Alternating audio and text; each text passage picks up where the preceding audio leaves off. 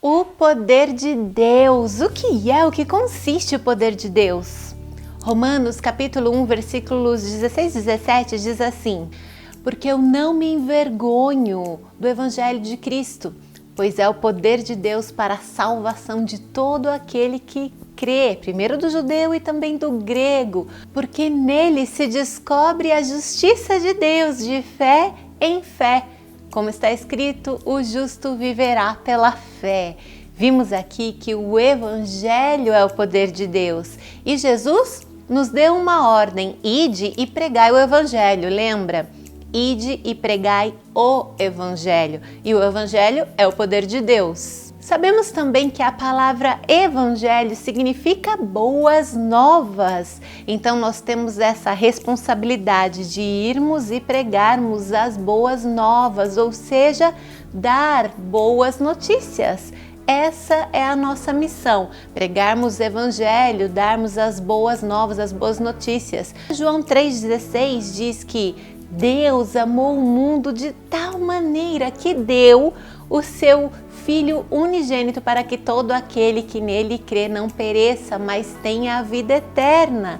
Isso é a boa nova do Evangelho, que Deus enviou o seu Filho para que ele pudesse nascer na terra e cumprir toda a lei, conquistando assim aquela autoridade que havia sido perdida por Adão no jardim, lembra? E Cristo teve de volta essa autoridade, conquistou e nos deu. Para quê? Para que nós não perecêssemos mais e para que possamos ter a vida eterna. Em João 1,12 também está escrito que aquele que crê nele tem o poder dado por Deus de se tornar filho de Deus. Se você crê nessa história toda que Jesus veio ao mundo, cumpriu a lei, conquistou o poder, conquistou a vida eterna e te deu de presente, se você crê nisso, você também tem direito, você tem a vida eterna. E a vida eterna aqui não quer dizer uma vida infinita, eternamente, que vamos desfrutar apenas no céu. Não, a vida eterna fala da própria vida de Deus habitando dentro de você.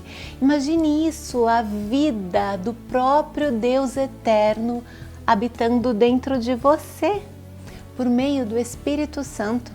Você tem tudo isso porque você crê nessa obra do Filho de Deus e essa é a mensagem pura do Evangelho da Salvação. Em 2 Coríntios 5,17, o apóstolo Paulo diz assim: portanto, se alguém está em Cristo, é uma nova criação, uma nova criatura. As coisas antigas já se passaram e eis que surgiram coisas novas. Tudo se faz novo na sua vida se você está em Cristo. O Espírito Santo vem habitar dentro de você.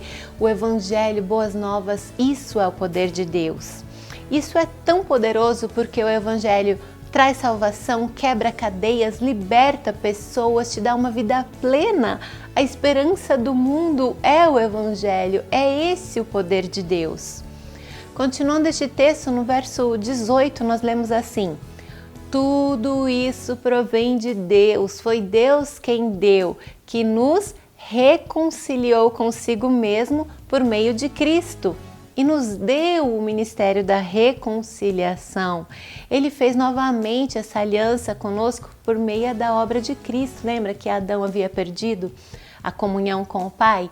E ele reconciliou por meio de Cristo, não por meio das nossas boas obras e nem por meio da lei, porque nós não cumprimos a lei. Foi Cristo quem cumpriu, por isso é por meio de Cristo. E nos deu esse ministério também porque Cristo nos deu esse direito de, assim como Ele, podermos espalhar essas boas novas para aqueles que ainda não entenderam. Ou seja, que Deus estava em Cristo reconciliando consigo o mundo, como? Não imputando o pecado aos homens. Veja, Deus não levou em consideração o pecado da humanidade. Deus não faz isso. Deus fez com que Jesus recebesse na cruz todo o pecado da humanidade. Ele não culpa você pelo seu pecado. Ele já resolveu o problema do pecado lá na cruz, na obra de Cristo. Cristo veio com esse propósito, recebeu todo o pecado da humanidade lá na cruz, naquele momento. Foi por isso que Deus deu a costa a Jesus naquele momento, porque na verdade Deus não estava olhando o pecado, porque todo o pecado e o peso da humanidade estava sobre Jesus. Mas logo ele ressuscitou e hoje está à direita de Deus nos céus. E nós estamos lá juntamente com ele, em Cristo, porque nós temos a vida eterna habitando em nós, por meio dessa obra, se você crê. Mas observe que no final do versículo 19 diz assim: e nos confiou a mensagem da reconciliação. Cabe a nós levarmos essas boas novas, que é o poder de Deus. Porque olha o versículo 20: portanto somos embaixadores de Cristo, como se Cristo estivesse fazendo o seu apelo por nosso intermédio. Gente, olha que privilégio você ser a boca de Deus aqui na terra. Por amor a Cristo, lhe suplicamos o quê? Reconciliem-se com Deus. Você prestou atenção? Nossa mensagem não deve ser de condenação. Você é um pecador, você está condenado. Não, isso já foi resolvido na cruz em Cristo. A nossa função é levarmos a boa notícia de Cristo. Você foi perdoado, você tem direito, você pode ter o amor de Deus habitando em você. Se sairmos por aí falando de condenação, vamos gerar mais pecados e condenações. Mas se sairmos por aí falando do amor e contando essa história de reconciliação, de amor, nós teremos este resultado, a reconciliação com Deus. Isso não quer dizer que você vai deixar de pecar, você tem que deixar de fazer coisa errada na sua força porque você quer. Não, em primeiro lugar, você tem que receber o amor de Deus. Se você recebe o amor de Deus genuíno em seu coração, automaticamente você deseja o que Deus deseja. O não pecar é uma consequência de estar cheio do amor de Deus. Você só precisa saber disso. Veja o versículo 21. Deus tornou o pecado por nós, aquele que não tinha pecado, para que nele nos tornássemos o quê? Justiça de Deus. Muitas vezes nós confundimos justiça com juízo. E toda vez que a Bíblia fala de justiça, essa ideia fica equivocada em nossa mente. Justiça é quando a pena é cumprida. A pena foi cumprida, justiça foi feita. Isso é justiça. Quando alguém comete algum delito e é condenado a cumprir, por exemplo, 5 anos de prisão, enquanto essa pessoa está cumprindo esses 5 anos, 1 ano, 2 anos, 3 anos, ele está em juízo. A justiça não foi feita porque ele foi para a prisão. Lá ele está em juízo, ainda não foi feito justiça, ele não cumpriu a sua pena. Um dia antes de completar os 5 anos, ainda está em juízo. A justiça não foi cumprida. Mas aí acabou os 5 anos, ele cumpriu tudo o que foi determinado pelo juiz, ele sai da prisão. Aí a justiça foi feita porque ele cumpriu a pena, entende? Nós somos feitos justiça em Jesus porque Jesus já cumpriu a nossa pena. Ele recebeu todo o castigo, cumpriu a nossa pena. E depois ele nos deu esse prêmio de presente, aquele prêmio que ele ganhou que foi a vida eterna. Entende? Ele sofreu em nosso lugar, por quê? Para que nós não perecêssemos e tenhamos a vida eterna. Então por que escolher perecer? Entenda, quando nós achamos que nós temos que pagar novamente pelo pecado que nós já cometemos, é como se nós estivéssemos falando aquilo que Jesus fez na cruz não foi suficiente.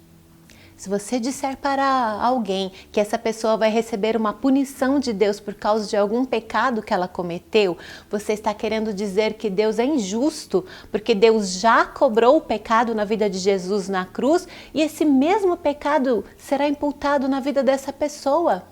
Deus não imputa o pecado à humanidade, lembra? Esse problema do pecado já foi resolvido, não existe mais. Nós só precisamos crer e receber o perdão. Parece loucura, não é mesmo? Paulo também achou isso. Veja, 1 Coríntios 1,18.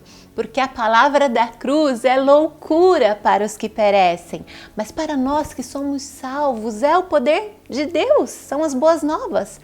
Paulo disse isso porque os judeus só acreditavam que seriam salvos se cumprissem a lei, e Jesus veio e fez a obra e eles ainda não tinham recebido isso.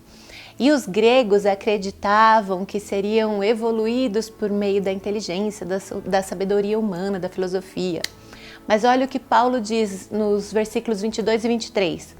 Porque os judeus pedem sinal e os gregos buscam sabedoria, mas nós pregamos a Cristo crucificado, que é escândalo para os judeus e loucura para os gregos. Se você acha escandaloso dizer que Deus é amor e seus pecados já estão perdoados e você só precisa receber e aceitar, você está com a mentalidade de judeu, que acha que precisa cumprir a lei para receber a salvação. Não está na época da graça. E se você acha que isso tudo é loucura, você está com a mentalidade de grego, tentando entender com a sabedoria humana esse grande propósito de Deus para a humanidade, que nós só conseguimos por meio do Espírito Santo habitando em nós, depois que nós recebemos esse amor. Davi já tinha entendido isso. Veja o que ele disse lá, primeiro no Salmo 32, mas depois Paulo cita isso que Davi falou em Romanos 4, de 8 em diante. Assim também Davi declara: feliz, feliz, bem-aventurado o homem a quem Deus lhe imputa a justiça, sem as obras. Aqui Davi está falando da nossa geração. Paulo diz aqui porque Davi está se referindo a nós, a geração da graça, após a ressurreição de Cristo Jesus. Deus imputa a justiça aos homens. No tempo de Davi, Deus imputava por causa da lei o pecado. Você pecou, então o que você recebe é o pecado. Mas agora na graça, o que Deus nos deu foi o quê? A justiça, é o que está escrito. Sem as obras ainda. Bem-aventurado aqueles cujas maldades são perdoadas e os pecados são cobertos. Bem-aventurado o homem a qual o Senhor não imputa o pecado. Percebe? Deus não te acusa. Deus não te acusa, Deus apenas te ama. Receba esse amor.